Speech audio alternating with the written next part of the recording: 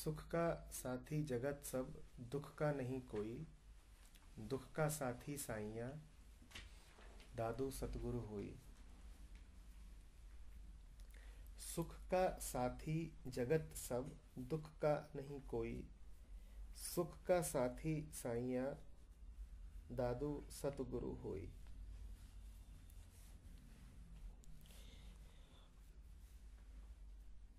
सवाल है कि संसार में जो दुखों के सहभागी हैं वो सुखों के सहभागी हैं, वो दुखों में भी प्रस्तुत रहते ही हैं।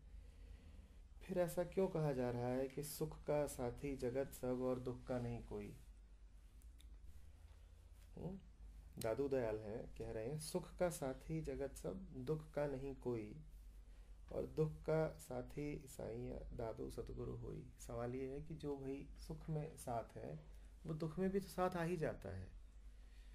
देखते हैं क्या होता है।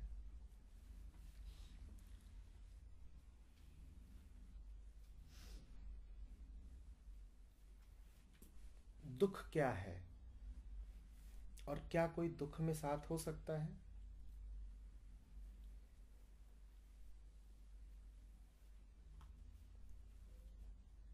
आप जिसको दुख कहते हैं वो हमेशा मन में उठता है।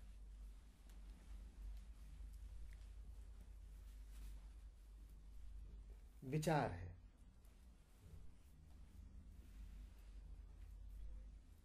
कोई है जो आपके विचार में आपका साथी बन सके?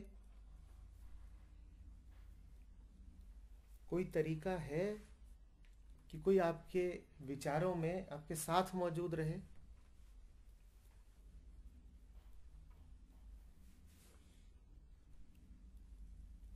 विचार उठा, विचार का उठना ही दुख है। कोई तरीका है संसार में किसी के पास, आपके प्रेमी जन हो कि कोई भी हो, क्या आपका दुख दूर कर दे, क्या आपका विचार ही हटा दे?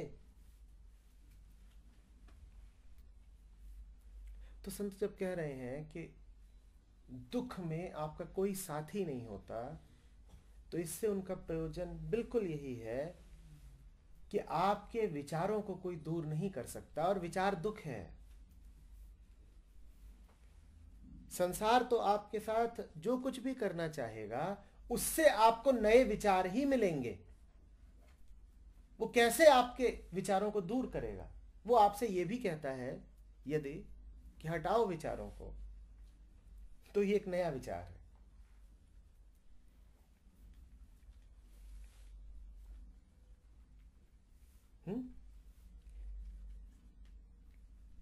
संसार दुख नहीं हटा सकता। जब वो कह रहे हैं कि दुख में संसार आपका साथी नहीं बनेगा, तो वो यही कह रहे हैं कि संसार आपको दुख से मुक्ति नहीं दे सकता, क्योंकि संसार आपको विचार से मुक्ति नहीं दे सकता। संसार स्वयं विचार है। उससे पहले उन्होंने कहा सुख में साथी जगत सब। हां, संसार ये जरूर दे सकता है। क्या? सुख। सुख क्या है? क्या सुख आनंद है? नहीं, सुख भी मानसिक है और मन हमेशा समय में रहता है। तो सुख आनंद की उम्मीद का नाम है। जगत ये जरूर दे सकता है आपको। जगत के दो लक्षण। पहला, सुख की उम्मीद खूब देगा, सुख नहीं, क्योंकि वास्तविक सुख तो आनंद है, वो नहीं दे पाएगा। हम आमतौर पे जिसे सुख बोलते हैं उसे ध्यान से देखिए, क्या वो कभी पूरा होता है? कोई ऐसा सुख मिला है आपको जिसने भविष्य को खत्म कर दिया हो? क्या कोई ऐसा सुख उपलब्ध हुआ है आपको जिसके आगे और सुख पाने की आशा न बचे? समय कायम रहता है ना, भविष्य कायम रहता है ना। आपको कितना भी सुख मिल जाए और की चाहत बनी रहती है। तो साफ समझिए कि जगत आपको सुख नहीं देता, भविष्य देता है, क्योंकि अभी आगे की चाहत बनी हुई है। दूसरे शब्दों में, जगत आपको सुख नहीं, सुख की उम्मीद देता है। सुख का साथी जगत सब। जगत के पास जाओगे तो सुख की उम्मीद खूब बढ़ जाएगी, आनंद नहीं मिलेगा।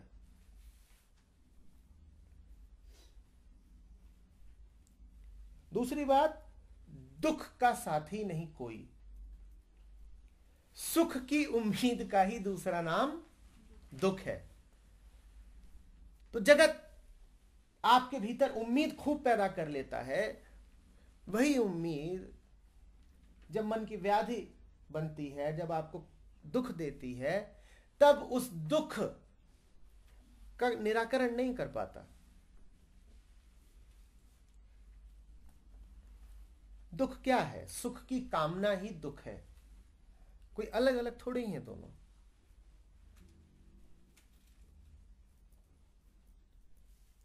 सुख की स्मृति ही दुख है। जिसे सुख चाहिए वही तो दुखी है। दुखी ना होता तो सुख क्यों मांगता?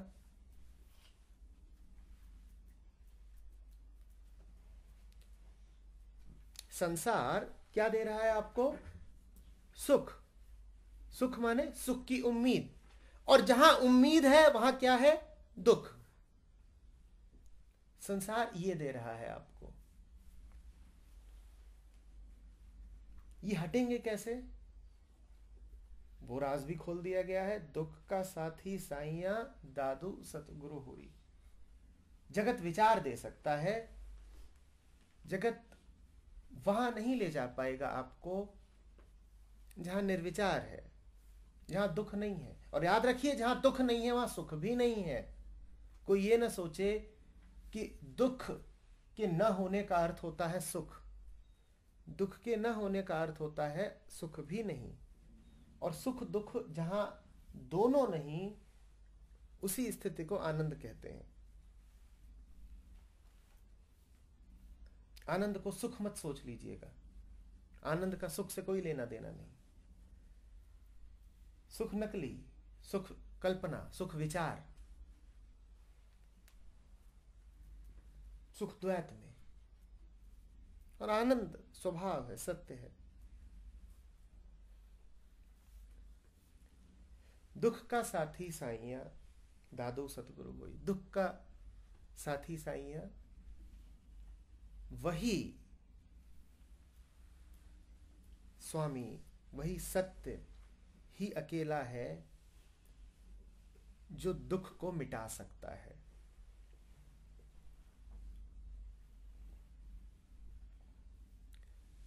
कौन है वो? देखेंगे इसको।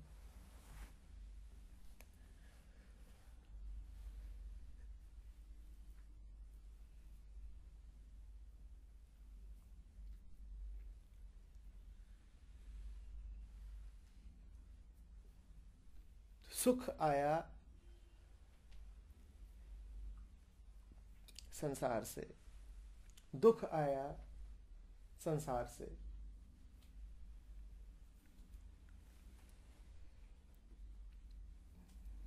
इंद्रियों से आया, मन में कंपन पैदा किया। जो कंपन मन के संस्कारों को अनुकूल लगा, उसको नाम दे दिया सुख। जो प्रतिकूल लगा, उसको नाम दे दिया दुख।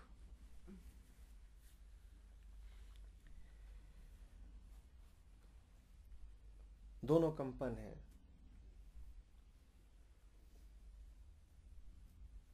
तो यदि कुछ ऐसा चाहिए जहां दुख से मुक्ति हो, तो वहां कंपन से मुक्ति होगी।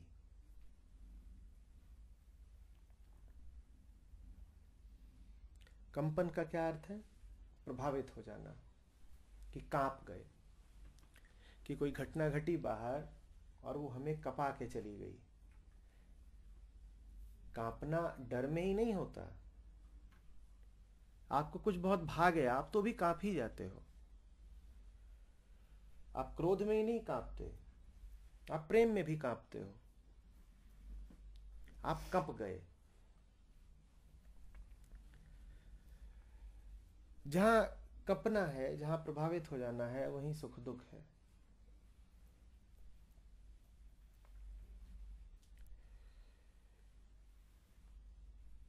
एक स्थिति आती है ऐसी,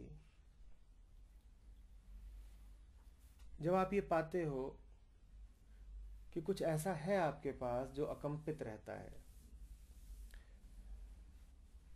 जो दुनिया से अनछुआ रहता है। दुनिया आती है, अपने सारे प्रभाव डालती है, मन उन प्रभावों को अनुभव भी करता है, लेकिन उसके बाद भी आपके पास एक बिंदु, एक कोना, एक स्थान, मर्म स्थल ऐसा बचता है जिसे दुनिया छू नहीं सकती।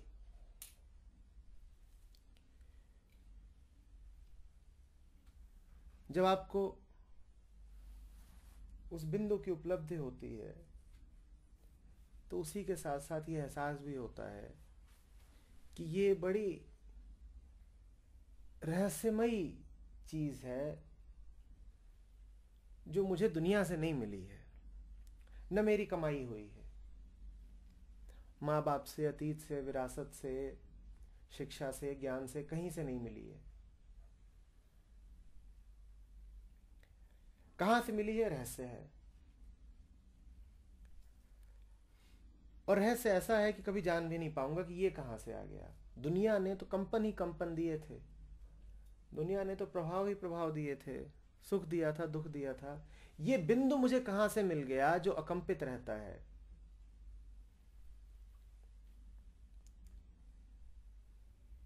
दुनिया ने तो रंग ही रंग दिए थे, ये बिंदु मुझे कहां से मिल गया जिस पे कोई रंग चढ़ता ही नहीं?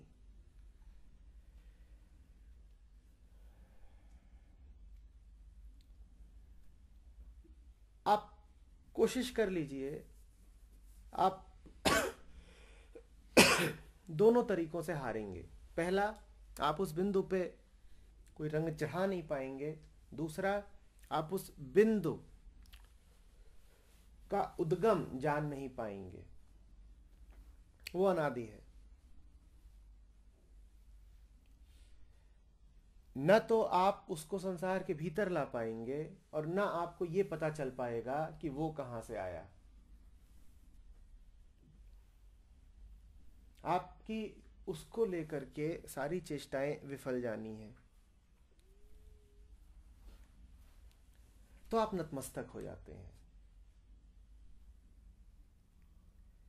आप कहते हैं तू जो भी है, जहां से भी आया है, तेरे बारे में कुछ जान नहीं सकता, पर यह पक्का है कि मेरे पास जो भी असली है वो तुझसे है।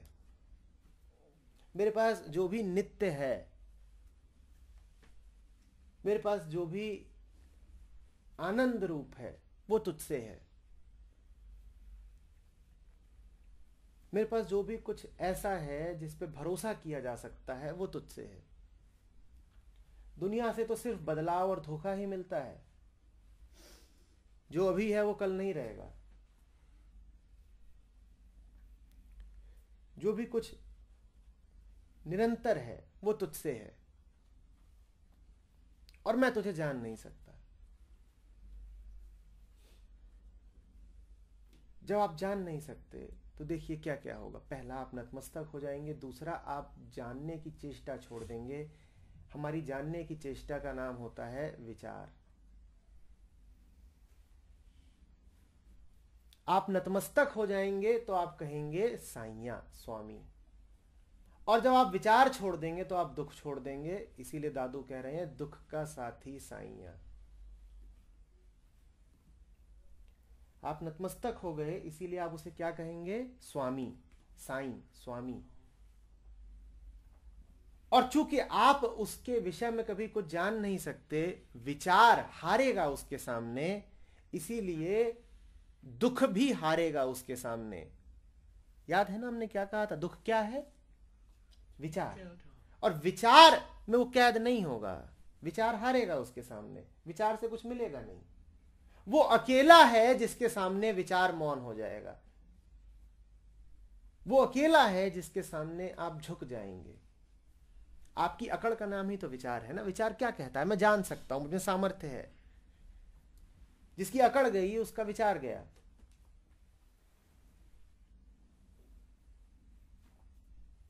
दुख का साथी साईया।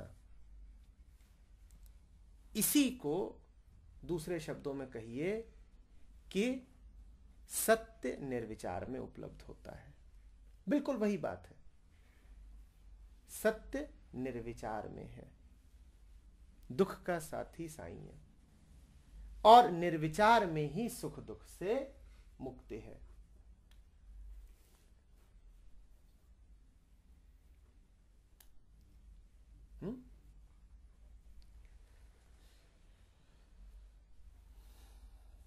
दादू सतगुरु होई।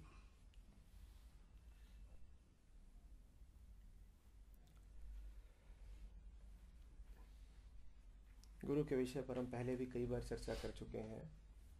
कुछ बातें हैं जिनको बस दोहरा लें तो काफी है।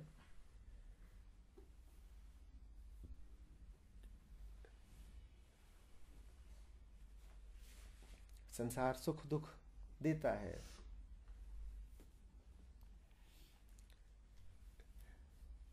पर चूंकि हमें ये भली भांति पता है कि सत्य एक ही है,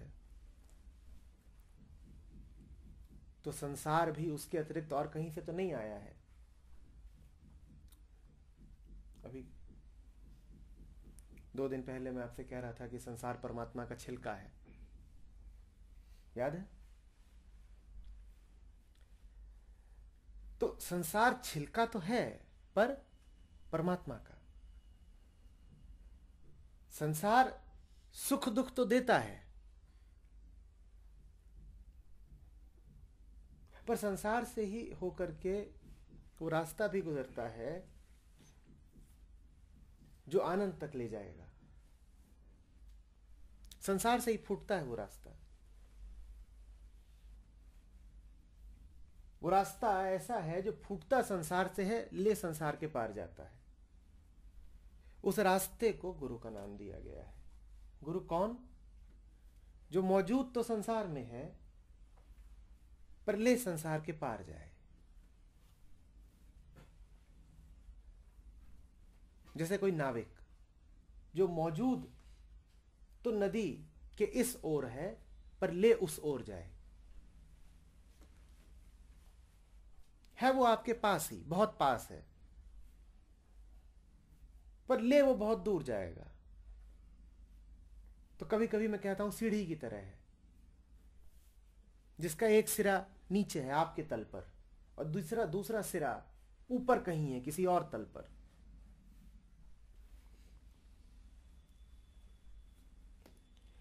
दुख का साथी साईया दादू सतगुरु होई। तो बहुत सीधी सी बात है कि जहां सुख दुख की और साईं की बात हो,